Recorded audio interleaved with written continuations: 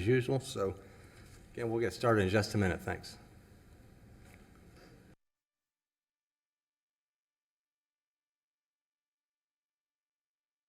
All right, so the official call to order and welcome to the November 10th, 2021 Downtown Action Committee hearing. And if we could please start with a roll call. Roger Jansen. Present. Nick Mihilich. Present. Brian Checkis. Present. Stephen Graham. Present. Michael Cuevas. Present. Brad McPherson. Present. Gregory Gabriel. Present.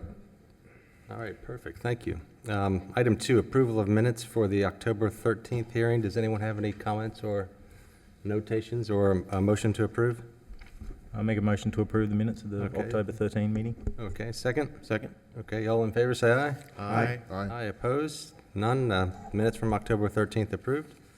Item 3, report from City Urban Designer, Ms. Aponte. Good morning, board members. I don't have anything to report this morning. Okay, thank you very much. And if we do, we can talk about it after the cases today at the end of the meeting.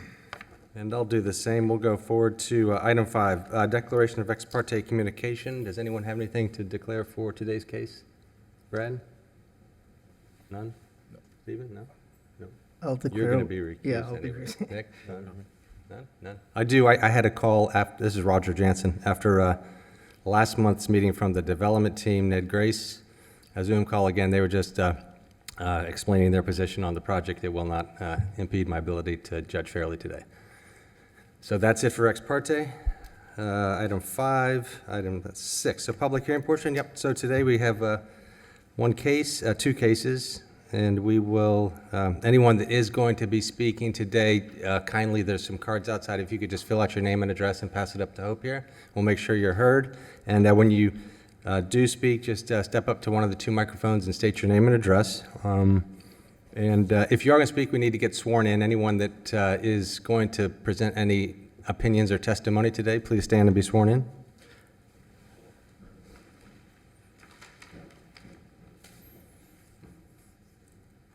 Okay. Who wants to do it? Court Hope, you do revision it? cases does not require swearing in chair. Oh, it doesn't? Mr. Chair, I thought it was something we did every month. Well, my apologies. I guess we'll change our protocol. I'll listen to you guys. Mr. Chair, Okay, and then also if you got your phone, just make sure your phones are on silent today so we don't have any disruptions during this case. That's it, sworn speakers. Good, we'll move right on forward to today's case. Planning Board case number 1899A. Mr. Chair, Wait a second.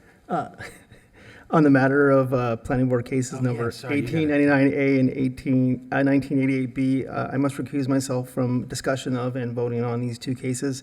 I have a contractual obligation with property owners in the area who may be impacted by the actions taken by this committee. Okay, so noted. Thank you. Thank you. So we'll go ahead and start with this case then, Anna Maria. Perfect, thank you. So Planning Board, case number 1899A and B. This is Ana Maria Aponte, City Urban Designer for the record. This morning we have in front of you 2 cases that are related to the case that we presented last month for the redevelopment process of the Nora district. The Planning Board case 1899A is a city-initiated request for an amendment to Article 4 Downtown Master Plan Urban Regulations that will basically provide the specific regulations to implement the proposed Downtown Master Plan, the Nora district, and amend the regulations related to all the implementation. We are taking also opportunity of this amendment to correct some Scrivener's errors that we found in our code. Along with this case, we are presenting Planning Board case 1899B. It's a city-initiated request for an amendment to this Downtown Master Plan zoning atlas to indicate the boundaries of the new Nora district, rezone the old ICD district into the Nora and BPD-R into the Nora district, introduce new street classifications for the new Nora district, and rezone 2 parcels as urban open space. The subject areas is all located within the Downtown Master Plan area within Commission District Number 3. Commissioner Christy Fox. Thanks. Some of you heard this presentation the last time, but I'm going to repeat it for the benefit of the members that were not here last time and the general public.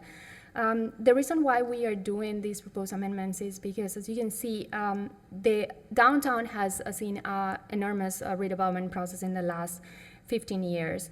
But the north portion of downtown that we consider north of Quadro Boulevard has not seen so much redevelopment.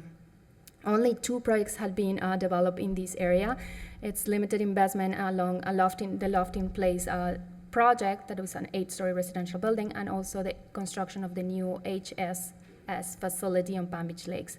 These two projects are located east of Dixie Highway. The area of the north downtown, west of Dixie Highway, has seen very, very limited investment for the Brasford Park District and the Industrial Chic area, some just minor renovations to existing residential fabric, and some renovations of the commercial buildings along Dixie Highway.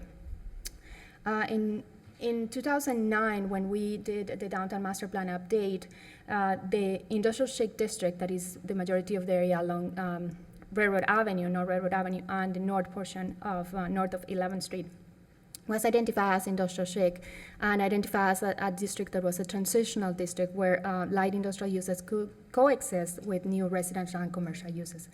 The intention or the vision was to renovate these warehouses as adapted reuse, introduce maybe artist studios, some retail, maybe restaurants, and additional housing with art-related uses included in the district.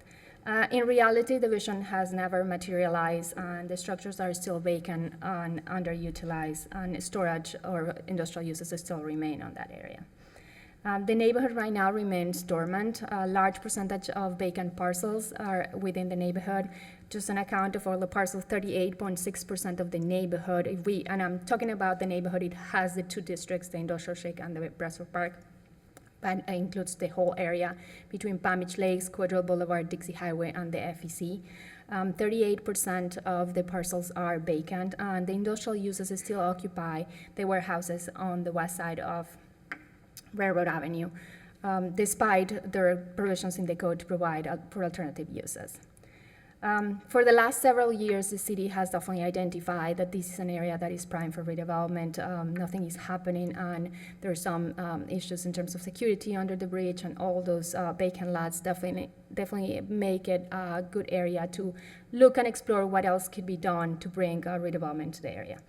Well, the city was doing that in 2019. NDT Development and Place Project approached the city with a redevelopment proposal for the area. They have started to acquire parcels within the neighborhood and had kind of a new vision of what could happen along Railroad Avenue. The city started to work with the developers, crafting details of how the redevelopment could be proposed. The CRA was involved in the discussions, and at this point, the developer has signed a term sheet for some possibility of financing some streetscape improvements in the neighborhood with the taxes produced by the new redevelopment. It was also discussed the necessary amendments that would need to take place to implement the new vision. So the general proposal from the beginning met the downtown master plan vision. It fit perfectly on what the goals of the downtown are, as proposed in a compact urban development that preserves the district character and includes additional mixed uses and a pedestrian-friendly environment. So in essence, I mean, this area, it's a great opportunity for the city. It is an area that has a large amount of vacant parcels, as I mentioned, and it's a good area to increase the development intensity of the downtown and accommodate the large increasing population that is being attracted by the downtown and the city. It's still maintaining the character and preserving the characteristics of the district that make it an interesting area for transformation. So what we are going to see today are the second step of the process for amending the code to being able to implement this proposal. The first part is what, as I mentioned, is the amendments to the downtown master plan element of the comprehensive plan that were already reviewed by this board and the planning board last month. Both approved, and now it's getting ready to be presented to the city commission on the November 29th meeting. What we're seeing today specifically are the amendments to the downtown master plan urban regulations of the LDRs and the rezoning of the industrial chic district into the Nora district and the rezoning of the portions of the Brasford Park district also into the Nora district. So I'm going to go over first of the zoning atlas changes, despite that's the 1899B, because we have to rezone the properties before we implement the regulations. So we have a series of maps that we call the zoning atlas, the downtown master plan zoning atlas, that includes 4 figures. These figures delineate the planning areas, the districts, the subdistricts, and district classification. So we have to amend all of these figures to adopt the new Nora district. So the first one is the figure 1 planning areas that will basically create the new NORA district. Then, as you see in the figure on the left, you have the boundaries of the industrial shake district. That will be converted, as is shown in the figure on the right, as the new NORA district, and will include also a portion of the existing Brestford Park district that will be indicated now as NORA. The figure 2 is the districts, and it's similar. We are delineating the boundaries, the specific boundaries of the industrial shake district. And the figure 4 is the street classification.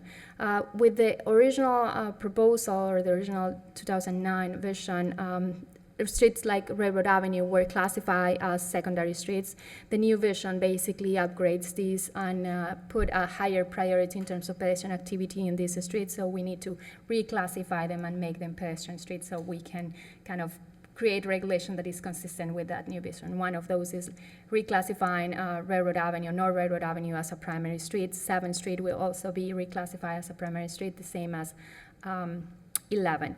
The core neighborhood will remain as residential, as the core of the neighborhood will remain as it exists right now as residential streets. Then the figure number 3 is the subdistrict boundaries. That is in essence the zoning map for the downtown. So this one is the one that has the specific classifications that will guide the detailed regulations for each of the districts. The industrial shake district 5 will be converted into the NORA 5. The industrial shake district 2 will be rename NORA 2, as you can see. And then Brestford Park, a portion of the Brestford Park residential will be converted into the NORA 2, and that's the highlighted portion on the screen. And then a portion of the Brestford Park District 5 will be converted into the NORA 5. These new districts, it's basically a renaming of the districts, but the base development capacity of these districts and the height allowed under the current designation will remain the same under the new NORA designation.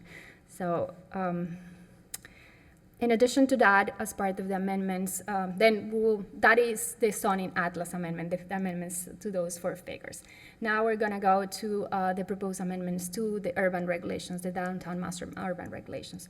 The first thing that we need to do is basically replace the industrial shake district by the new NORA district, and include new descriptions of what that new district is. We include descriptions that establish basically that the intent of the district is to establish an urban district that transforms the neighborhood into a walkable mixed-use district, and identifies that the areas along North Railroad Avenue will accommodate small and mid-scale buildings in new structures or renovations of the existing industrial buildings with commercial ground floor uses intended to activate the street. Includes a series of kind of referring to the vision of the new NORA district. In addition to that, so we have to create the new tables that will guide the development for the new NORA district. As I mentioned, the NORA 5 and the NORA 2 are the base tables for the districts. The base FAR, as I mentioned already, remains the same as the original industrial shake. So in this case, the NORA 2, the table on the screen, I do not expect you to read this, but the NORA 2, it has a base FAR of 1, the same that the industrial shake district 2 had originally. We established in this case, work very careful to establish the ground floor setbacks that will be translated on the incentive districts. In the case of the Brestford Park District, some modifications were introduced in these 2 tables, the Brestford Park District Residential. One of the major changes that we introduced in here is we're proposing to remove the density limitation that we had originally as 20 dwelling units per acre and increase it to 32 dwelling units per acre. The intent of this change is to basically move ahead and try to get in the existing structures allow the possibility of a larger number of units. With this density, it results in a typical lot will be able to have 4 units instead of the current 3 that they are allowed. There are already some of the houses in the neighborhood that have more than that, and they are grandfathered in. They could maintain those ones, but if somebody has 2 units, they could add a 3rd unit. We think this is beneficial for the city, is adding what is called the missing middle housing that provides affordable housing and different housing options for people. So we think this is definitely a good alternative. The same way we did for the Brestford Park 5, currently has a maximum density of 40 dwelling units per acre. We are proposing to actually remove that altogether and keep the Brestford Park District 5 the same way that the rest of the downtown is, where no density limitations are prescribed, and the number of units is basically limited by the average unit size and the FAR that is allocated to the property. One change that we are proposing, actually going back a little bit, on the Brestford Park District R that is different from what you saw on your staff report. We have a couple of corrections in this table. The ground floor was originally specified as a maximum height of 12 feet. We would like to remove that limitation and give some flexibility for this one, as this table includes some of the properties along the east side of Railroad Avenue that may maybe allowed to have commercial uses. So we don't want them to be limited by the height of the ground floor. Also, a change to accommodate the commercial uses along Railroad Avenue, we're suggesting some additional language that allow the maximum footprint to be increased for those properties along Railroad Avenue in compliance with the minimum setbacks. So we still have the minimum setbacks that will provide a minimum buffer from the residential neighborhood. But if they decide to increase the maximum footprint beyond the 40% allowed, for example, in the first floor, they will be able to do it in compliance with the setbacks, as long as the FAR for the overall does not exceed 1 FAR. That is equivalent to what the houses have. That is something that you don't have on your staff report, so it's a change that is presented at the meeting. Other amendments are included to implement the regulation for the NORA. The most important are, between other ones, the table 4-2 and 3, that is the permitted use tables for the DMP. It's amended to include the new NORA district. The new NORA district will be classified basically as a mixed-use district, so residential is permitted as well as office, commercial, retail. We included 2 additional provisions to specify certain areas where specific uses are restricted. The P22 will basically allow retail uses, hotels and restaurants within the Brestford Park District R, which are not currently allowed, but only for properties along Railroad Avenue frontage. The district, the residential district, is allowed to have office uses and will remain like that as it currently exists, but commercial uses, specifically as retail, office, retail, hotel, and restaurants, were not permitted in the core of the neighborhood. Will only be permitted along Railroad Avenue. This is to complement the uses that are proposed on the west side of Railroad Avenue and create the pedestrian environment that is intended for that street. In a similar way, P23 is introduced to basically restrict commercial uses along the north side of 10th Street to match the residential character that is proposed on the south side of 10th Street and exist. Commercial uses will only be allowed basically from Dixie Highway 100 feet. That's basically turning the corner from the commercial uses on Dixie Highway, and similarly on Railroad Avenue 100 feet into 10th Street. One additional change from your staff report is table 4-6, that is the open space types by subdistrict. It was just simply modified to replace the industrial district by the NORA district, and you can see on the top. They use the type of open spaces were matching what it was originally allowed in the industrial district. One change that we are suggesting from the table that you have in your staff report is the original industrial district had a terrace as a requirement. The intention was to basically require them to do terraces. We don't think is necessary, and it should be permitted but not a require for this district as a private open space. Also, an additional change from your staff report is table 4-11 that specifically restricts the existence of any porco shares within the NORA district.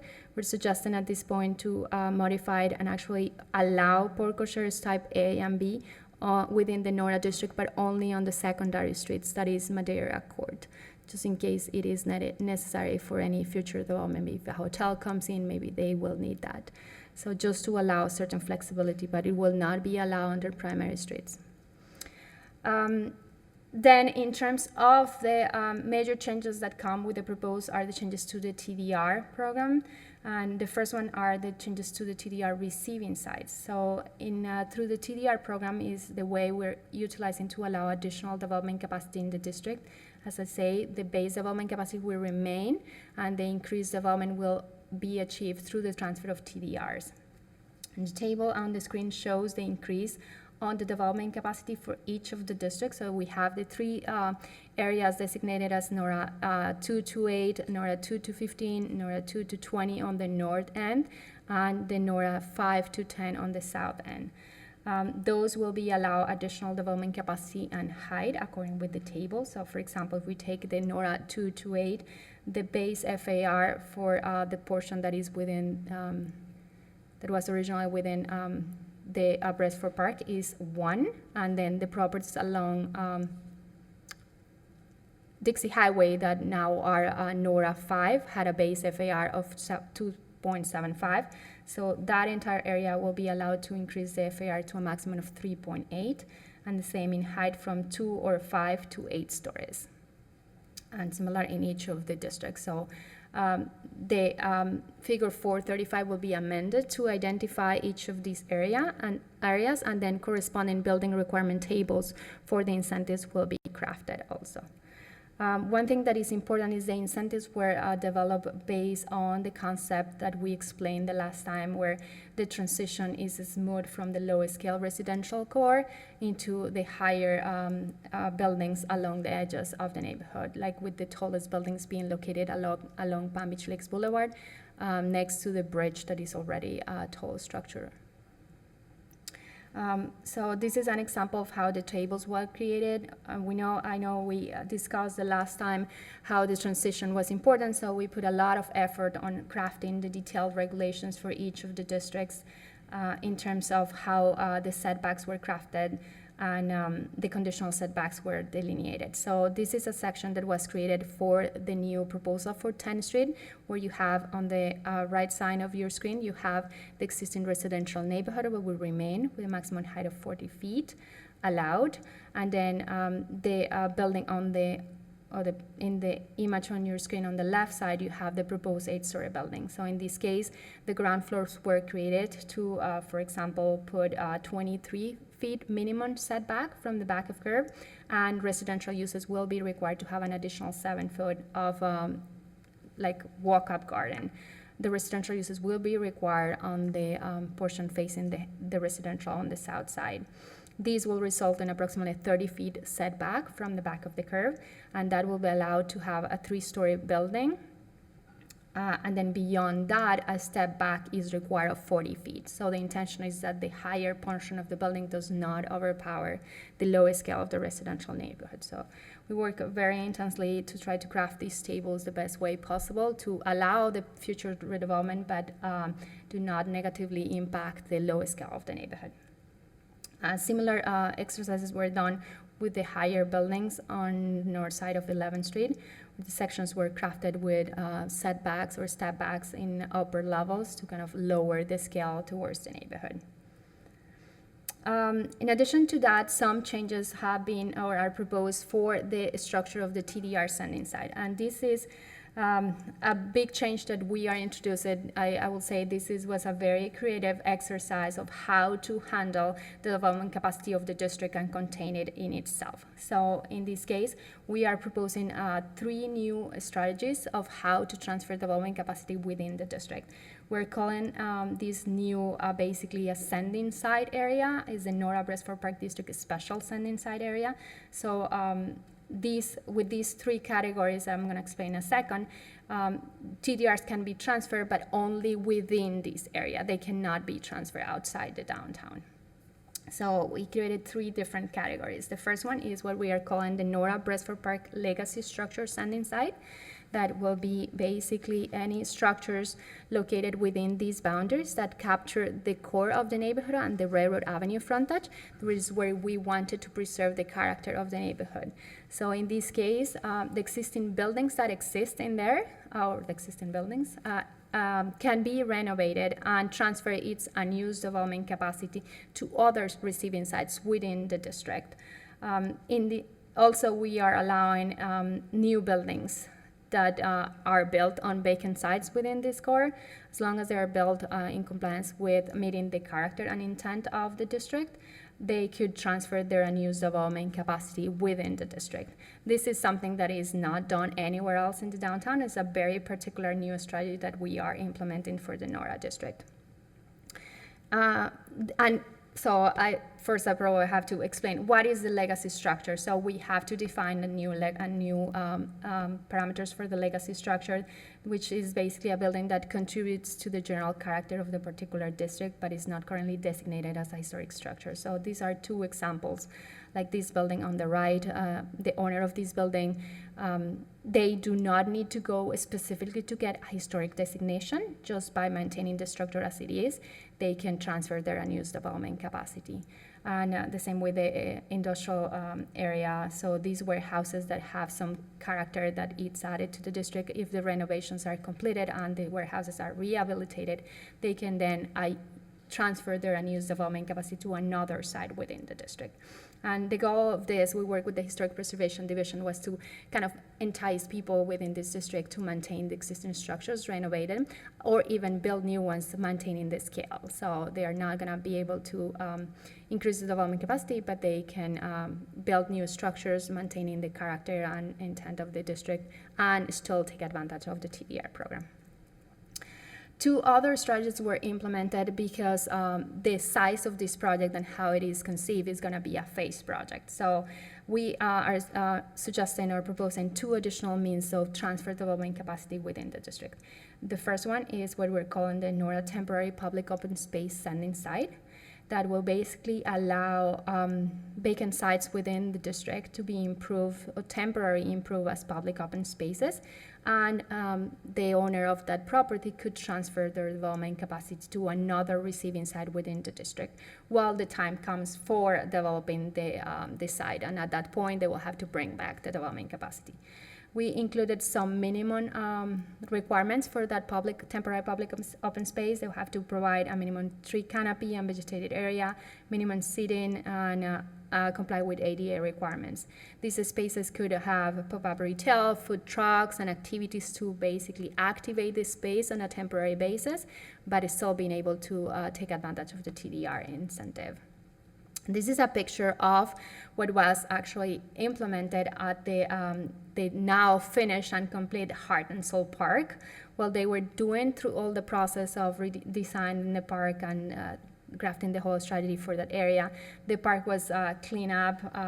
It was consolidated. They put some basic improvements on the ground, like mulch and some pads, and they brought up like some play equipment, movable play equipment, and they actually rehabilitated or activated this space as a temporary space for the community to enjoy. So we are kind of using this as a strategy, particularly for this neighborhood. Again, this is not something that can be replicated in the rest of the downtown, is because of the nature of this particular strategy in the Nora district. Anna Maria, can I interrupt you? I apologize. Just a quick question on the previous slide of the home and the commercial structure. Which of the structures in there can, like today, be demolished by right? All the structures actually can be demolished One of those because they are structures, not designated. anybody in that neighborhood can submit for a demolition permit Yes, without... they are not designated. There are some structures that are identified as eligible for designation, but even when they are eligible for designation, the owner can decide to demolish the structure. It's not restricted. The other additional possibility for sending sites is what we're calling the NORA Temporary Public Parking Sending Site. And it's similar to what we discussed with the temporary open space. This is an interim situation where a vacant site could be utilized for something else and it still transfers the TDRs. In this case, they could improve the site as a temporary parking, and they could transfer their unused development capacity to start construction on a first phase of the project. The parking will have to comply with the minimum landscape requirements as any surface parking, but alternative surface materials may be used. And I put this picture because this is probably what is suggested to be used as a means of providing the hard surface that is needed for the parking, but allowing the drainage to still work on the site. So these three elements, as I mentioned, these are strategies that were implemented particularly for the district. So you can transfer the TDRs from the legacy, if you are within the legacy area, to other receiving sites within the district, or if you are a temporary parking lot or a temporary open space within the district. We, however, maintain the traditional eligibility for historic designation. So you can see in this building, there are certain houses and structures within the core of the neighborhood that are identified, or we are proposing to identify as eligible for historic designation. So in this case, they will be indicated in the map. The owners of those properties can opt for designated the structure, and they will be able to transfer the TDRs within the district or outside the district to anywhere in the downtown. And as an additional benefit, they could claim the ad valorem tax exemption if they do the renovations. The ad valorem tax exemption will not be able to be claimed by the legacy structures if they don't go ahead with the designation process. So that's kind of the difference. And the intention is that still incentivize those property owners that have structures that have historic value to designate the structures and go through the normal process that we have for any other structure in the downtown, but they don't have to, and if they want to just go with the other one, they can also have that. So it's kind of providing some additional flexibility for the property owners. And then this is just the additional amendments that we are doing. We are rezoning two particular properties in the downtown that are gonna, one of them is the new linear park that will happen on the north side of the Flagler Station. It's called Flagler Station Linear Park for now. It's under construction already, and we are just rezoning that property as officially as an urban open space. The other one is the existing Jose Marti Park that has always been a park, but it has a current designation, so we are officially designating that as urban open space. This will allow the city to transfer the unused development capacity from those two parks. That concludes the explanation of the changes. I'm just gonna go over a little bit of the amendment process. We, as explained, we went already through the comprehensive plan changes with the approval for the Downtown Action Committee and the Planning Board, and we're getting ready to present to the City Commission on November 29. We are today in front of you to present the amendments to the zoning code and the rezoning, and these amendments will be presented to the Planning Board next week. And then going to the City Commission on January 10th.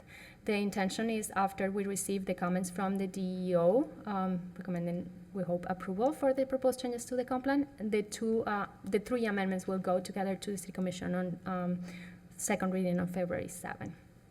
And that will basically conclude the whole amendment process.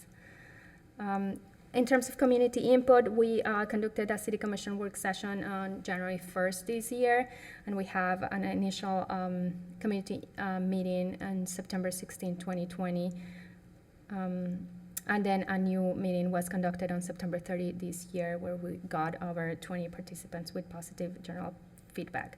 Notification of all the public hearings have been sent to all the affected property owners within the neighborhood and 500 feet around the neighborhood.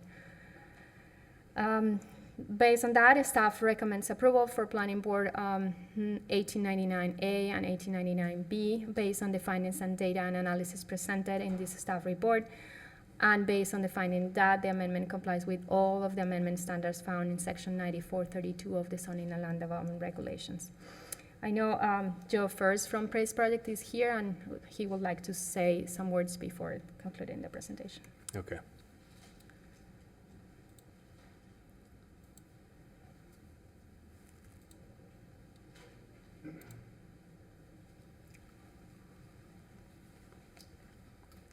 Good morning, board members. Joseph First, an address of 1005 North Dixie Highway. So Anna Maria obviously did a great job walking through all the details of the presentation.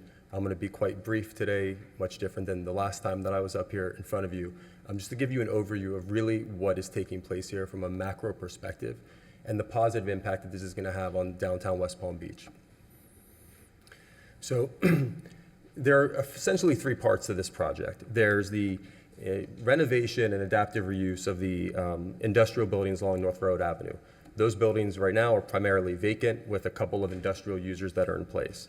There's a street that has non-ADA compliant sidewalks. They're less than 4 feet wide, and infrastructure that's not sufficient for any of the repurposing of these buildings or the future growth of the downtown. So there's a large infrastructure project, which is what Anna Maria mentioned, that we've been working alongside the CRA with, where effectively we, as the private developer and owner of the majority of all of these properties on the east and west side of North Road Avenue, are going to front all of the cost for the replacement of the water and sewer network for the undergrounding of the power lines to create more resiliency, to create a 14-foot wide sidewalk, an open public park, and other amenities that I walked through the last time we had this presentation. So that's the second piece of this that's happening along with the first phase of the renovation of those buildings. All of the details that Anna Maria was talking about are related to the planning and zoning changes that are happening in the north part of the neighborhood, so north of 10th Street, primarily, as well as south of 7th Street to the south.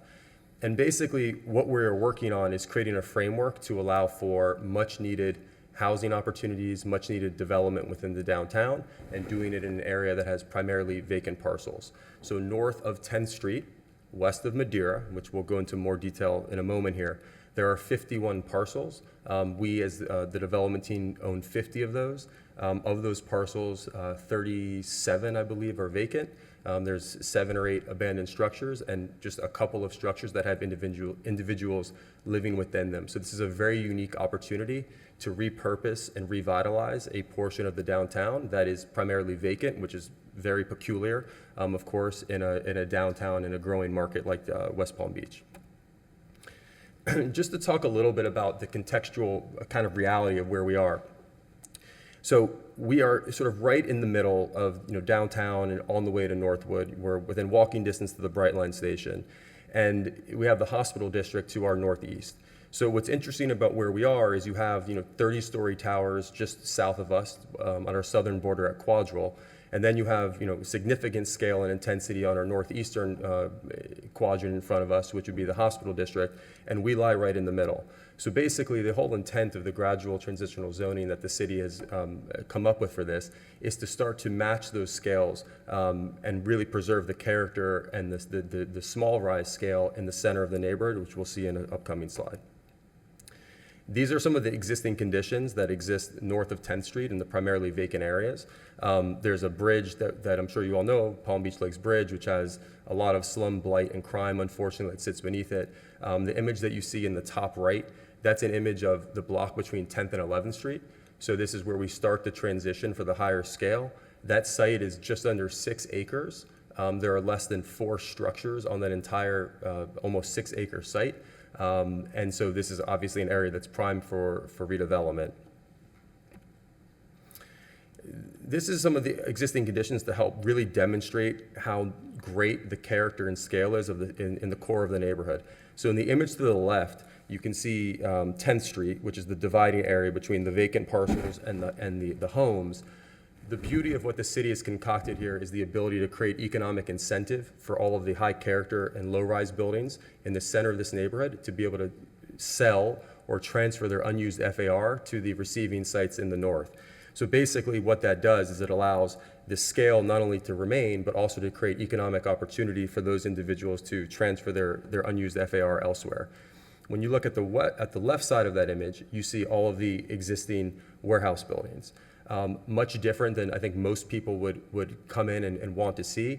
Our intent is to preserve those buildings. There's no changes at all to any of the zoning intensity from those buildings. And as a matter of fact, it's quite to the contrary. There's unused FAR that sits within those buildings that, again, is the intent of the conservation district to be able to send that unused FAR to other receiving sites to the north. So when you think about the core of this neighborhood, the principles truly are preservation of that character and that scale and allowing for the much needed development to the north. You can also see in this image to the northeast, Good Samaritan Hospital and Hospital for Special Surgery, and really the scale and height and intensity that exists just on the other side of the corner, as well as the scale of the bridge. One other thing to note is that all the vacant land parcels that you see north of the bridge are also owned by Good Samaritan Hospital and are future development opportunities for them down the road. So when you look at the city's growth over the next series of years, the expectation is that there would be development happening on the north side of the bridge that also matches the scale and intensity that is being proposed for the south side of the bridge.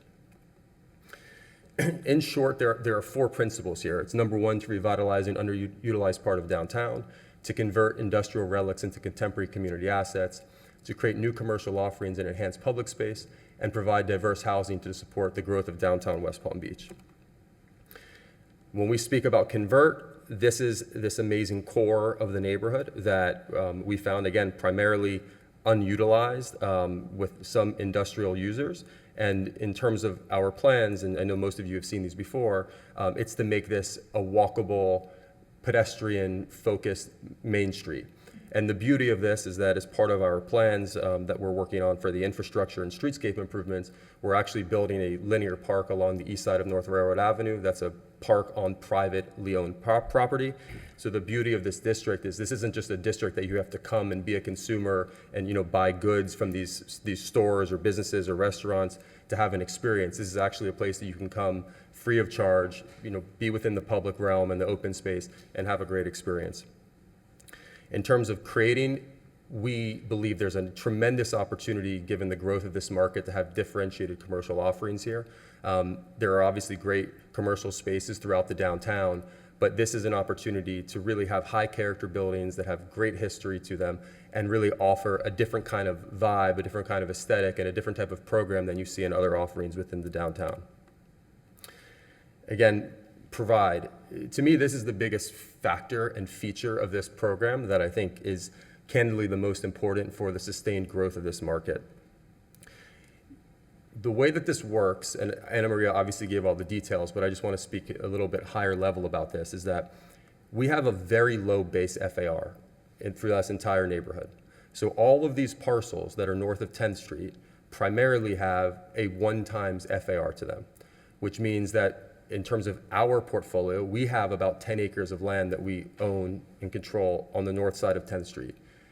With that 1 times FAR, we have the ability to only build about 400,000 square feet of space.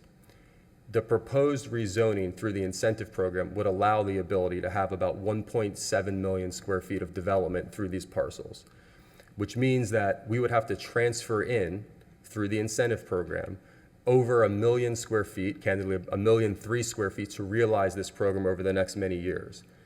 Because of the good work that the city has already done, there's a 20% workforce and affordable housing requirement for any TDR and incentive transfers. So when we think about what West Palm is becoming, the amount of growth and corporate relocations that are happening here, we are in the middle of, and I do work throughout the state, and I think one of the most intense housing crisis from an affordability perspective of any of the other markets in Florida, because of the way that this is built, because of clearly the wealth that exists on Palm Beach Island, and even the new buildings that you've seen proposed, you know, typically are very high-end residential towers. Because of the incentive program, we will be the biggest recipient of TDRs anywhere within the downtown. And as a result, just based on the numbers that I mentioned, we will be providing about 300,000 square feet of affordable or workforce housing product within this very important part of downtown, within walking distance to the hospital district, within walking distance to the train station, within walking distance to all of the main commercial offerings and businesses within the downtown. That's a hyper unique situation. And again, candidly, it's the good work of the city for doing that affordability requirement, you know, in advance of this. It has nothing to do with this project, but it shows really the effect and the impact of that when you start to think about the hard numbers and that mixed income housing that's required as part of any of these transfers. The other thing that I wanted to point out here is the way that we've thought about the transitional zoning of scale, I think is hyper unique and provides an opportunity here that's unlike anything else that I've seen. Now, nothing is perfect. It's impossible to thread a needle where every single, you know, element and every single person is happy with the outcome. But if you think about what we have here, you have, again, it's in the image in the top, these bungalow-style homes, you know, smaller lot developments that exist between 8th and 10th Street. When we get to 10th Street, the city has pushed, and of course we've accepted and agreed to, the idea that there'd be a 3-story height maximum along 10th Street. So with only residential uses. So 10th Street is a fully residential use that starts that transition for the more intensive development to the north. So the image in the middle is just an example of the kind of scale and the kind of walk-up sensibility that those properties will have. This scale getting to that 8th story doesn't happen until you're 40 feet stepped back beyond the beginning of this property. And when you actually put in the additional setbacks and other things, that's happening probably, I think it's 68 feet from the street. So when you think about that transitionary scale, this is an opportunity to create a multitude of diversity from housing options within a downtown neighborhood. And I believe that there's nothing quite like this. And it really is a progressive view on how to create that diversity of different offerings from a residential perspective within a downtown. The image on below shows that higher intensity development, but that's all happening as you transition and get closer to the bridge and closer to the hospital district. This is just an image that I showed in the previous presentation, but again, it does demonstrate the preservation of the scale and character in the center of the neighborhood and then the transitional zoning to the north. And from a support perspective, so there are 150 folios within the specific area that's being described as Nora. We have letters of support from over 130 of those owners. You can see also on the east side of Dixie, we have the majority of support of all of those affected owners, as well as from Jeff Green, who has One West Palm to the south. I think also very important to note, and I know Donald is here, we received unanimous support from the Chamber of Commerce as it relates to this project, the economic development that's going to create, and of course the housing options that are so desperately needed. Good Samaritan Hospital, which is clearly our largest neighbor to the north, is also a supporter. Sherry, the CEO, wanted to be here to speak in favor of the project. Unfortunately, she had another commitment.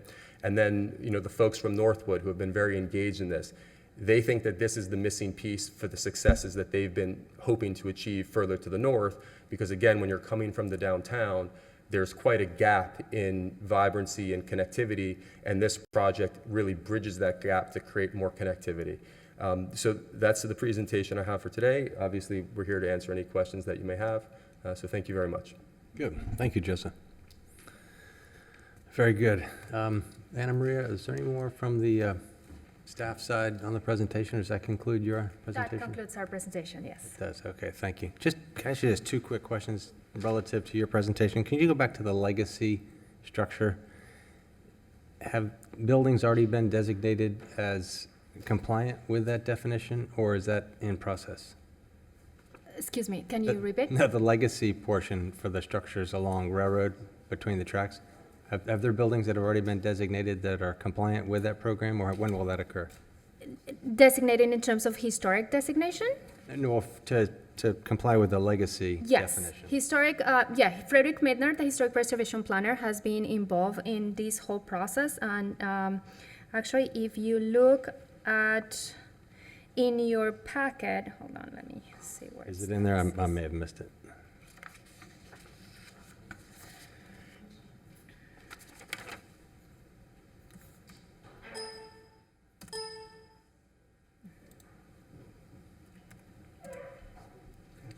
Yes, we have designated the legacy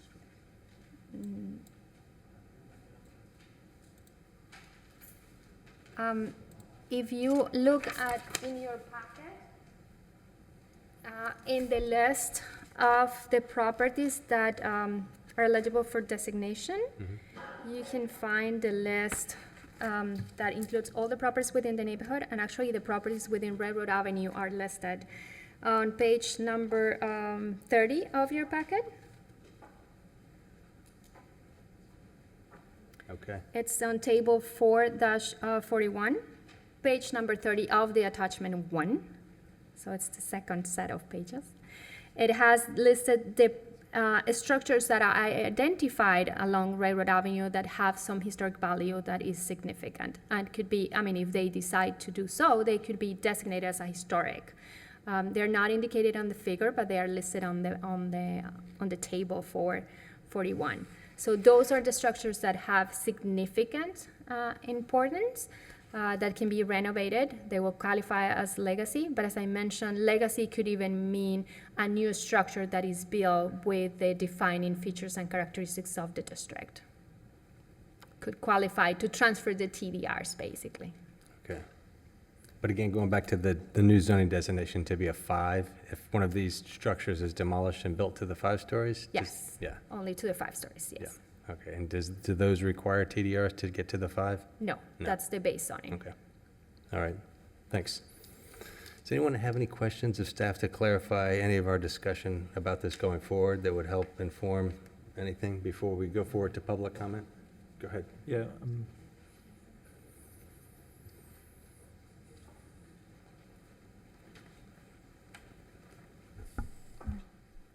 Mr. Chair, I just wanted to clarify earlier, the swearing in was not required because this is a code revision and it's legislative in nature and not quasi-judicial, just. Quasi judicial, okay. I should have known. Thank you for the clarification. Stephen? Anna, just a couple of clarifying questions. The temporary parking and the transfer of development capacity. So you're saying you can take a vacant site, develop it as a temporary surface parking lot, transfer that development capacity elsewhere in the district, but then when that property wants to redevelop and remove the surface parking lot, where do they then get that development capacity from if that has been built, say, at another property?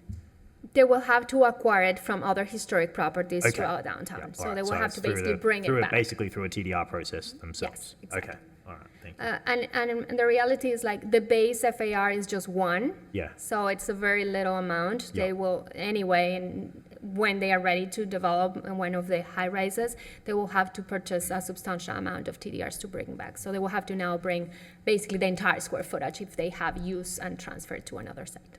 All right. And the street hierarchy, can you explain just a little bit more the difference between, I think it's the residential streets and the pedestrian streets, like in terms of their function? So I think you're making a change, you said, to Railroad Avenue, and I think it's 10th. Yes, so the residential streets that are the blue are basically designated within the residential subdistricts. So if you go to, you're not seeing any here, but the west side of Res Road Avenue, where it's the northwest neighborhood, it's all residential street is part of the residential core. They are subdistricts. So that's the designation. The setbacks in there are measured from the property line, not from the back of curb as the properties that are designated for mixed use and commercial uses, or even the kind of more intense development. So that's a big difference. So when we craft the tables, we classify, the setbacks are based on the street type. And if you are a residential street with a residential designation, then your setbacks are from the property line, is for the lowest scale development. So whereas a pedestrian street would be from From the back of the curb. Okay, Yeah. all right. And the character is different. I mean, the residential street classification intends to be basically for the lowest scale residential neighborhoods. Okay. The primary street is classified as a street that encourages active uses on the ground floor, so the percentages of active uses along the ground floor are much higher than, for example, the secondary streets. So that's kind of the two classifications. The avenues are like more like car-oriented Yeah. thoroughfares, but the primary and secondary are the main streets, and we classify them depending of what is the vision for the particular street. Okay, thank you. That's all I have. Okay, good. Anyone else need clarification now before we go? Go ahead, Nick. Yep, thanks. I just had a quick question relative to the density, if I heard correctly. So if there's a lot in the core of the neighborhood, could you go back to that slide that showed the house, I think, just to see the picture? The legacy one? or- I think, yeah, it had the residential picture on the right, just to, yeah, there you go. So did I hear correctly that right now they can have 2 units per lot, and with the changes, it's going up to 3? Right now, with the current 20 dwelling units per acre, you end up for a typical lot that is 50 by 140 some, you end up with possibly getting 3 units. That's the 20 dwelling units per acre. With the 32, you will be able to probably achieve the 4 units. So just for example, on this house, if that's a single residence, for example, they could build a cottage or a bungalow on the back that could be a 2-story and perhaps a apartment unit on the bottom, apartment unit on top. Yes. Okay, thank you. That's exactly. Okay. Anyone else? Yeah, just another question regarding the temporary public open space. I guess for TDR transfers, I'm used to having to make that transfer as a result of increased height. Why do we need to transfer TDRs to a public open space for a park? Is it just the change in use No, it's primarily? a sending site, not a receiving site. Okay. So it's the same way like we transfer TDRs from a sending site right now that is a historic building, and we actually transfer also TDRs from urban open spaces. Those are sending sites, and they go to receiving sites are the high-rise building. Okay, thank you. That clarifies that. Gregory, anything? Quick question, Ana Maria. I don't have the history of the existing zoning. Can you quickly summarize the reason that prevent the industrial zoning not to work? That's a good question. So the intention when we did the 2009 amendment of the master plan, the whole industrial chic district was kind of identified, and it was a transition area. It was allowed to be 5 stories for the majority, 2 stories on the north side. It had the industrial warehouses that exist right now in there. The vision was to allow alternative uses, to kind of promote that those industrial uses will leave and be replaced by, for example, artist loft or some offices related with art-related uses, some artistic implications, maybe art studios and that type of things. It never happened. I mean, the regulation is in place. They have the same development capacity that we are maintaining right now, but the regulation, the economic drive was not in there. If I have my take on it is that this area needed a bigger push, something like a larger investment to really transform the area and attract investment.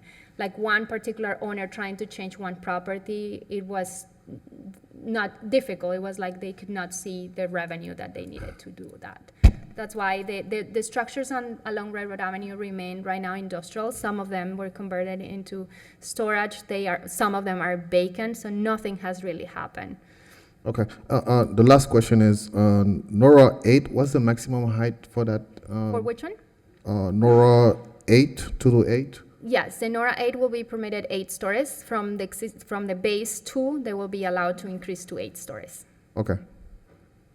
Thank you. Couple more clarification questions before we move on to public comment. On the transition and massing that's described to the 40-foot setback from that 10th, the 3 stories to the 8 stories, is there any restriction on the width of the massing of any of the new structure in terms of, or is that all kind of relative? You know, if you go to the perspective sketch that was drawn up by the development team, you know, what's going to limit that mass of 3 to 8 story facing 10th in terms of, you know, monolithic wall versus the nice sketch that was presented there? Yeah, so the ground floor will have allowance to continue, like up to the 3rd story, to have a continued frontage along 3rd Street. We have a similar concern that you have, actually, and we included some provisions. If you look on the table, say maximum footprint length, and we say a maximum east-west length of tower footprint located within 100 feet from the back of curb of 10th Street shall be 100 feet. So the intention is that even if the tower element of this 8-story building will go somewhere within that block, they cannot be within 100 feet of the 10th Street from the back of curve. So it will be, I mean, this is 40, this is 70, so the tower will have to be, if it is more than 100 feet along east-west, they have to be pushed even an additional 30 feet from these graphics, so you'll get further north. You can get some modulation in that transition. Yeah, so the intention is that, I mean, if you're looking at the development of the entire block, it's basically a U-shaped tower where the length of the tower, the east-west portion of the tower element, is located along 11th Street and not 10th Street. Yeah, okay. And during any of the discussions with it, were there any property owners along that south side of 10th there that were in objection to any of this? Along 10th Street, we have not heard any. Okay, all right. And then in general, just a general question, what was the history of the condition of all these vacant lots? How did all these lots in this neighborhood become vacant? Was it just neglect and over the owner years, demolition? I mean, the north portion, north of 10th Street, has been like that for a long time. I think since I have been working for the city. You know, we have provisions right now in the downtown that do not allow you to demolish structures unless you have the building permit for the new structures. Right. So unless they were identified as as structures that are unsafe by the building department, they cannot be demolished. So any structure that had been demolished in this neighborhood is because it has been declared unsafe if the site is still vacant. Okay. And then my last just question of clarification, is there any landscaping and are there any trees in there that, maybe it's more for the development team, that'll be either salvaged or relocated or maintained in the development? It seems like this might be a long progression in a couple of years. It's not specific, there's just a nice big kapok tree in there, and, if any way the development team could consider looking at some of those trees, that'd be a good thing. That will be definitely something that we'll look at when the development for the particular project comes into place. They will have to do all the process for tree mitigation through relocation and through new installations for the required landscape. All right, thanks. Any other questions, or we'll do some public comment? Okay, perfect. Do I need to read in this? There's all the lists. We'll hear from everybody that filled out the cards, but then there's an email from a Leon. Is Leon Reed here? Or do I need to read this one in? It's short. I'll start with this as an email, read it into the record, and then we'll go to comments from the public. Okay. And then we'll come back and have questions and discussions after we hear from everyone in the audience. Okay, perfect. So this was an email to Downtown Action Committee members. I believe you all received this from Leon Reed, and I'll just give it a quick read. Reference to this case today, Nora District changes. We support the black families in the neighborhood, comma, no rezoning, comma, and no zoning code changes, period. Meanwhile, comma, in the historic Northwest District and other black historic neighborhoods are being pushed out / move out / rezoning / zoning code change to their communities is very aggressive, period. The cities and county need to work with the full community not only to adjust to investor / developer that doesn't know the residents in the communities, period. Black families matter and their communities, period. Thank you, Leon Reed, 433 11th Street. Okay, so that's on the record. And we'll go ahead and move to the comment cards. The first one I have is Donald Burgess, 401 North Flagler Drive. And if you would kindly state your name. Well, I just stated it, but you can repeat it. Good morning, Mr. Chairman, other members of the committee. Donald Burgess, and I'm the CEO of the Chamber of Commerce of the Palm Beaches. Sir, the Chamber of Commerce of the Palm Beaches supports the development proposal for the Nora District and the proposed zoning plan amendments. As mentioned in the presentation earlier, the area north of Quadrille has seen little to no investment for several years. In short, it has been neglected. For over 2 decades now, development of the downtown has been concentrated in a very finite space, and it now seems that we're squeezing new buildings into areas where we only need to see a hint of available space. Nora is an opportunity to ease that pressure. It is an opportunity for planned development. It is an opportunity to take the city's transformation to another level. It is also an opportunity to provide for our residents and expand the business environment.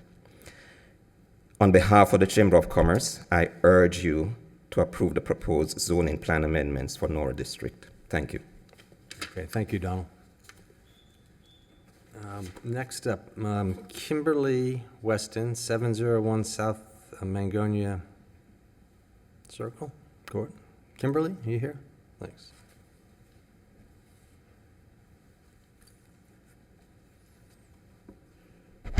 Good morning.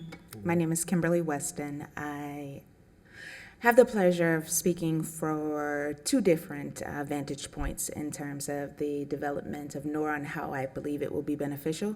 I'm a property owner in the historic Northwood, Old Northwood, and also my family has had a business in Northwood for over 25 years.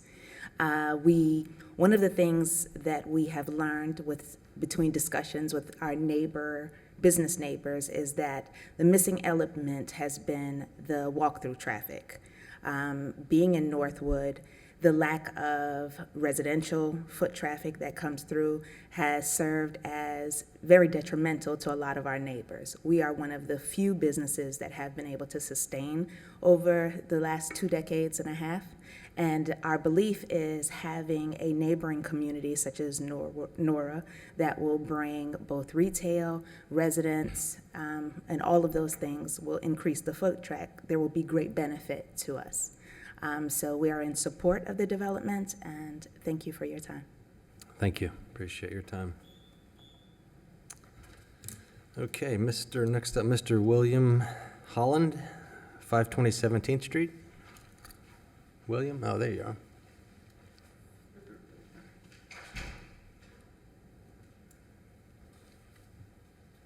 Good morning. Morning. Okay, I live in Pleasant City, which is just north of the area. And I support the development of that area because to me it's the first time that development has been done on the west side of Dixie Highway, which is predominantly the lower income area. And if we could get this development started and progress, I'm hoping that Good Sam will develop the property they have, and that way we can have continual development from the north end to the downtown section. So basically, that's my comment. Thank you. All right, thank you, William, appreciate it. Okay, William, let's see. Next up, see if I get this. Is it Terry Bully, 701 South Ala? And I'll probably mispronounce a lot of names, so apologize for that. Is that Terry? Good morning. My name is Terry Booty. I am a resident and also a contemporary of NTD. I'm a developer of workforce housing. Progress and change is difficult across the board. Obviously, Nora is expansive and wide, and it encompasses a breadth of different angles. What I enjoy about working with the team is that they have the ability to understand the nuances of community. And so as this project is thought through and planned out carefully, it is meant to be inclusive of all facets of people. So there will be participation on all economic streams. And I think as we reimagine what development does, it fosters growth not only for community, but also for capacity. And I think the capacity of the businesses, especially as we think through minority participation, Black ownership, legacy, all of these things are nuanced based, and you have a company and people that understand the ability to do that and execute it well. So I'm in full support of the project, and we look forward to the progress over the next few months. Thank you. All right, thanks for your time, Terry, appreciate it. Okay, John, let's see, Lade, 444 11th Street. There we go.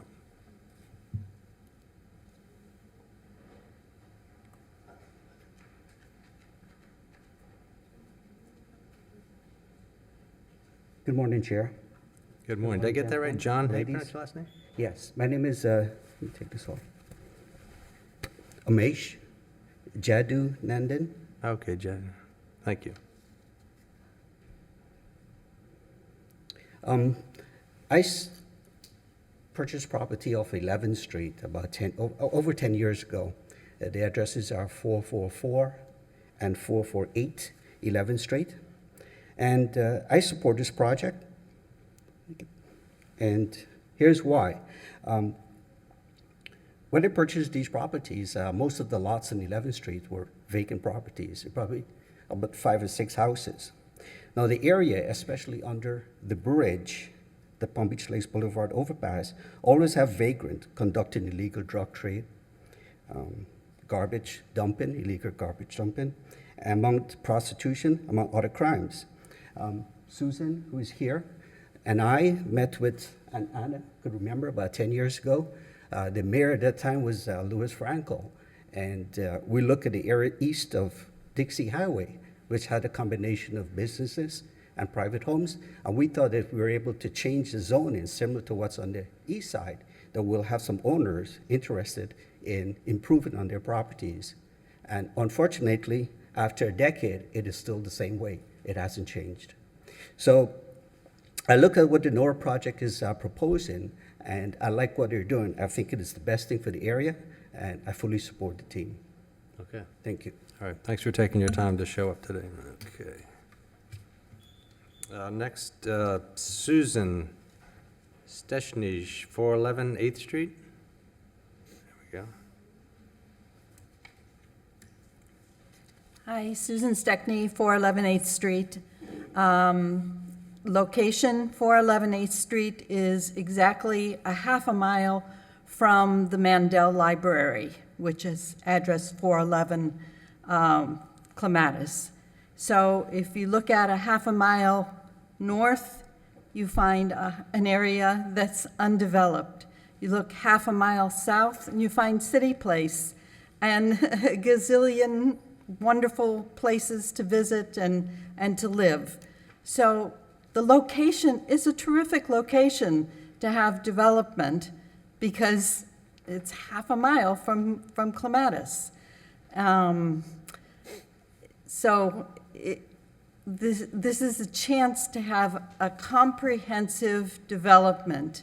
There's so many vacant lots and so many still buildings that are still needing of a lot of restoration. So to be able to have a comprehensive plan take over the community is wonderful instead of just having little piecemeal happenings. So I'm definitely in favor of it. Everybody on my whole block is excited about the possibility. The only concern that I have is parking. 8th Street, you can only park on one side of the street. So there just never is enough parking on 8th Street. And so temporary parking was mentioned, but I would like to see that there's some kind of permanent parking because there is, people now have to park on Railroad. And so we need parking. But basically 100% in favor of Nora. Okay, thanks for your time, appreciate it. We'll make sure staff looks into that parking issue. Let's see, the next one on the stack here, let's see, Jennifer Reed, 433 11th Street. Jennifer?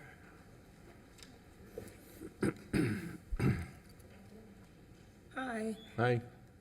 Greetings to all the council people. I'm Jennifer Reed. I live at 433 11th Street. And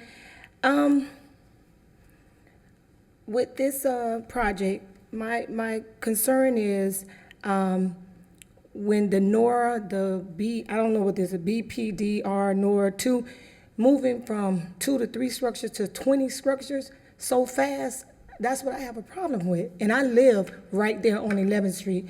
11th Street is here. The homes on 10th Street on the, what is that? Okay, the west, the east. On that side, the west, they have their homes there, and my home is across the street. And to go from like 2-story or 3-story to 20, and is real aggressive. And also, I just want to make a point that they said a lot of the buildings that they showed on the slide, they were abandoned or empty. They purchased a lot of those buildings in 8 months and they left them abandoned and didn't clean them up or anything. And I was the one calling code enforcement to clean up the area. So I want to get that, I want to point that out. And that's why a lot of people squat in the area, because if you buy property, I don't mind, you clean it up and make sure that they don't do that. So my real problem that I have is the height of what's going on. And then one of you, I can't remember which one of you mentioned about, what about the trees? I have 4 historical trees in my yard. I have 2 massive mango trees that can kick out 5,000 mangoes. And they're old, I call them mom and pop, so that something serious. And also 2 trees that my mom planted, a gardenia tree. She planted these back in the 60s. And a palm tree that was only supposed to be 1 palm, and it bloomed out to I don't know how many palms. And also I wanted to, like I said, I'm not against change. I'm not against change. And one day I'm willing to speak with them, about this, but everybody, you can have your opinion, but if you don't live there, you just looking outside, you're outside looking in, you don't know what really goes on there.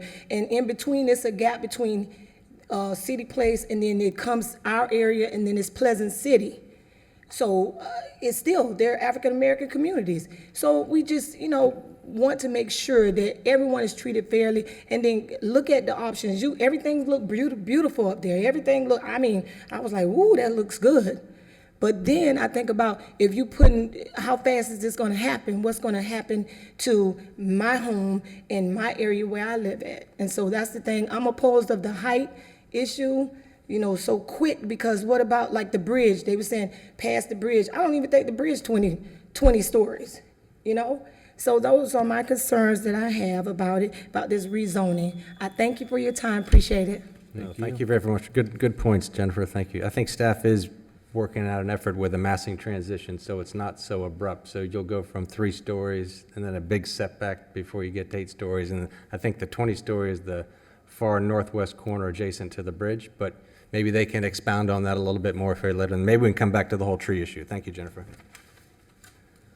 Okay, next on the pile, we have Ledion Weathersby.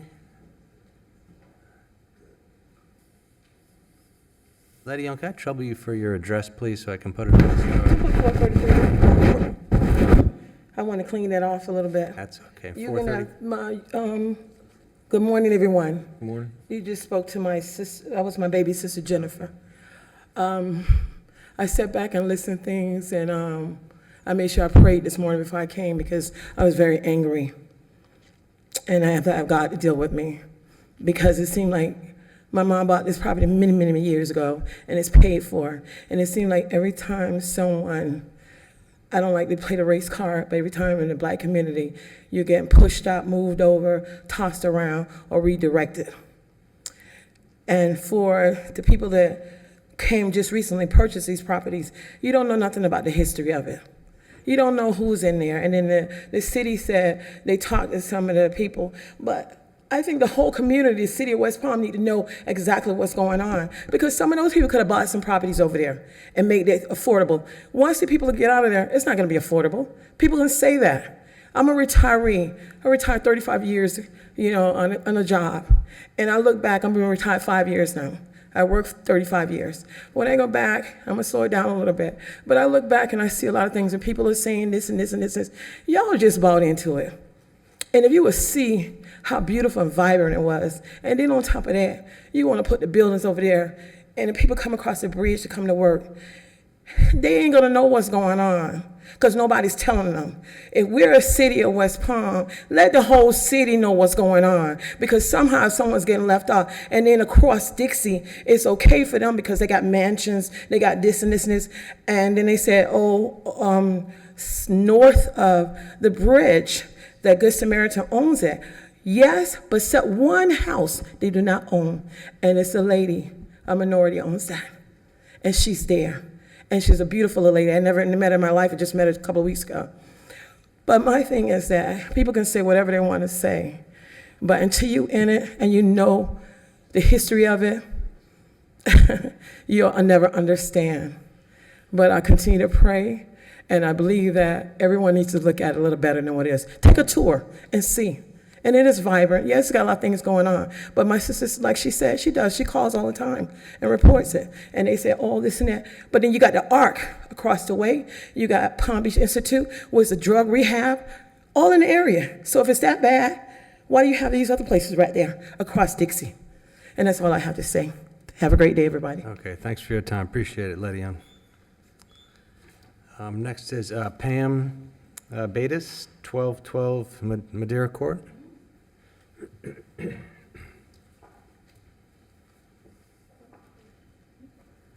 Good morning, everyone. Morning. I'm Pam, and I live at 1212 Madeira Court, probably about maybe 100 feet from the chaos of the bridge. I have a home there that I inherited in its 5 generations, so I have had good times there in that area. I know what I got. Not far from the water, not far from downtown, but it has been overlooked for years. And I am just ready for a change. I am for the change. And basically, that's what I want to change. It needs to change because it has been overlooked. And I'm grateful to be able to have an investor come in and look at it and look at what we've got, what we've had for years, and take a look at it and make it beautiful. That's all I have to say. Thank Okay. you. Thanks for your time, appreciate it. Okay, next, Norma Rodriguez, 429th Street.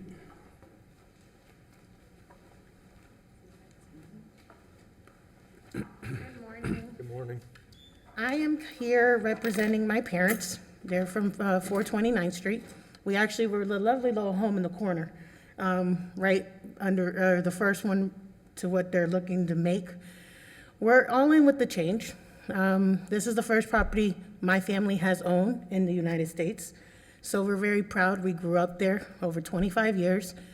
We're great with the change, but we have concerns. When you use the word affordable to whom at this point? Is it really for us? Or is it because, as Ms. Jennifer said, we're pushing people out of the way? Now, we're on 9th Street. This is something new for us. We've never attended a hearing before. We're trying to understand what's going on. Is the intent to buy out the properties? Or is it to destroy and create new things? The concern for me is if they start making things affordable, quote unquote, around us, what is going to happen to us? We've been there for 25 years. So if everything around us keeps going up, if everything keeps going up, it gives us it makes us start questioning, are we going to be pushed out, or are they going to buy us out? Or what if we don't want to move, for the change, but I also do agree with the family in the sense that we've been there for over 20 years. We've seen the good, the bad, and the ugly. And to be honest, no one's come to our home to speak to my family or walk the streets that we've been at this whole time to see our point of view on things, or better explain. Because everyone can sit here and give us big words. All of us don't understand all those big words. We're just here, just to try to figure out what's going on. Maybe a little bit more interaction, people to people, it doesn't hurt anybody. But again, everything for us, we're concerned more than anything. Okay. Not understanding what's going on. Around our neighborhood, I could tell you there's been one person buying up all the properties. And not for nothing, across the street from our home, we have a halfway house where people are there or next door to us. They're there to rehab. So you're telling us one thing, but what's actually being implemented into our neighborhoods, what I'm saying, is just it's not balancing. Right. So that's what we had to, I am a big person too with the trees. It's great developing, but if we keep cutting down all our trees, what are we going to breathe at the end of the day? There's too much things happening with the air crisis at this point, but that's what we wanted to put out there. I certainly appreciate your guys' times. No, Norma, thank you very much. Thank And you. it'll be a big transition. I'm sure that someone with the staff would be happy to explain your particular property so you have a clear understanding of where you fit into the big picture. And I think you're in a good position. So they'll emphasize that, I believe. Yeah, thank you for your time. Okay, I think this is the last one here. Darren Studstill, 401 North Rosemary. Did I get that right, Darren? Yeah. Go here. Good morning to everyone. How are you doing this morning? Morning. Okay. Thank everybody for your service and coming out for today. My name is Darren Studstill. I'm at 401 North Rosemary Avenue. That's 3rd Street. And like the gentleman said earlier, change is challenging. I deal with that every day. I have a 8-story rezoned property right in front of my family's property that I'm a 3rd generation. We've owned that property for 50, 55 years. So I do understand. And I'm not going to take away from any of the comments that's here today. But I support this project, and I'm going to tell you why. I'm also an educator every day, and as in talking to my kids and my families at Roosevelt, economic opportunities, we feel that we get left out, okay? Most of our parents, when they're dealing with difficult situations, they have to come, they have jobs 10 and 5 and 20 miles away. So when we have a situation at the school, they have to come so far they can't see it. So it affects the education of our young people in this neighborhood and the surrounding neighborhoods. With these opportunities, our families always say, Mr. Studstill, can you help me get a job closer? Can you do this? Can you do that? I like to be a community person, and I try to link things and come up with the greater solutions and everything. And that's why I'm here today. With this project, I think this gives us opportunities of job, being a certified MBE business gives me opportunity for that also. I think we can all sit down to the table and make this work. I also served 10 years ago as on the mayor's transition team, where I felt that minority communities were being left out of the growth. As the city lifted, the neighborhoods were not climbing. That's why I'm here to make sure that our neighborhoods climb also as the city lifts. This project gives us that opportunity. Yes, it's going to be challenging, but we have to do what we're doing here today, sacrifice, sit down at the table to make sure everybody wins. And I think the family, the Nora guys are going to do that. And I also am confident as communicating with anybody in the neighborhood to make sure we have those success outcomes. But I am here today to support this project. I can tell you how the Northwest has been affected about new development. We are having less negative activities on our properties. They're being activated, and people are being interested. The people in the community are coming out to the events and want to get involved. So yes, change is challenging, but there's also opportunities that I'm hopeful that we can keep moving West Palm Beach and the surrounding neighbors forward. Thank you for your time. All right, thank you very much. Thank you, Darren. Okay, that's all the cards on my side. Is there anyone else in the audience who would like to speak on this subject today? Okay, seeing none, then we'll close the public discussion portion of this hearing today. And then we'll come back to board members that have any questions or comments based on what you've heard for either the staff or the development team. Anyone? Brad? No? Steve? Steven? Greg? Michael? No? Nick? Just, I guess comments again, I feel Mr. Cherry beat me to the punch on the tree question. I'm usually the guy that's talking about the trees being the landscape architect, but what strikes me is another, unique opportunity to capture and keep the character of this neighborhood, because looking at some of those aerial pictures, this is a green neighborhood. There are beautiful, gigantic trees in this neighborhood. And in my landscape construction experience, I can tell you that any tree can be moved. And my fear is that if you have lot by lot development or something, if an individual comes in and they have a gigantic tree, it's usually not cost effective or feasible, because a giant tree takes a year to root prune and it's a kind of long-term thing. But I say that in the context of having the idea of, just as a zoning and a TDR system goes from sending to receiving, if this whole district can be looked at from a perspective of, you have time to perhaps move these gigantic trees from undeveloped sites to the linear park, perhaps as a receiving site. Nothing's more walkable than walking in West Palm Beach under the shade of a beautiful, gigantic tree, I can tell you. So the goals of that walkability, the preservation of the character of the neighborhood, the tree canopy, I would encourage and like to get on the record that if you do have the time and you can look at this thing, even, individual lots maybe have a deal where they can donate that tree, or perhaps, I'm just kind of throwing it out there, but it's definitely something that's an asset, and I would encourage as much as possible to work together to preserve that kind of tree situation. Thank you. Okay, thanks. Anyone else? All right. I think in summary, again, to staff and the development team, thanks again for your cooperation and teamwork. Yeah, I think it's an incredible opportunity for this neighborhood and the city in general. I think you've answered all my questions and concerns. I think you guys have really worked, obviously, very hard to address all of the concerns of the neighborhood issues, the big picture issues of zoning. in the historic components and lots of great incentives to really make things work on all levels here.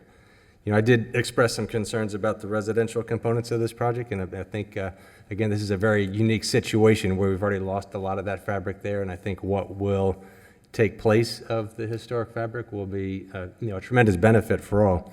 So I look forward to the development team, and obviously they're taking a lot of risk, and I think the cities work hard to incentivize that risk that they're going to take.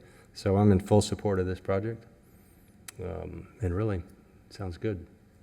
So unless there's any other comments, we could take a motion on this one? Look, yeah, just one quick comment. Again, I think the approach the city's taken is a very unique, or the staff's proposing is a very unique approach, and it's something, I think that were here at the last meeting had acknowledged that delicate balance between reinvestment, redevelopment, and retention of character. The opportunity for these legacy properties and things is very unique, and it's rare in my experience that, if someone wants to retain what they have, regardless of historical character, you're being provided an incentive to do so. Not just to say, well, hey, I don't want to sell, and that's fine, and you're within your rights to do that. But not only that, but you're being further incentivized, and I think that's it really strikes that balance for me, and that's really what I was looking for after the last meeting was, well, how do we get that balance? And I think like Joe said, nothing's perfect. Nothing is going to be 100% and address everybody, but our job is to do the best we can to balance it the best we can, and I think what we've got here is that. So yeah, I'm in support too. Yeah. Okay. With that, I'd make a motion. Oh, you got your... I gotta, just gotta open my report again.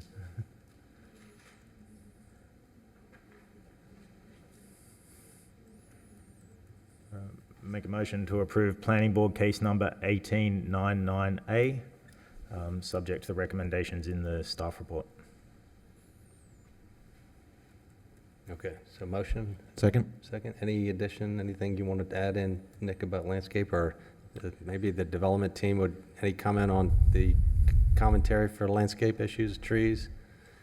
We don't want to necessarily make it a stipulation on the condition of approval, but... Candidly, we completely agree, and that was part of the ethos of the plan of the preservation of the character between those core streets. When you look at those images, you can tell, most of that tree line canopy lies between 8th and 10th Street.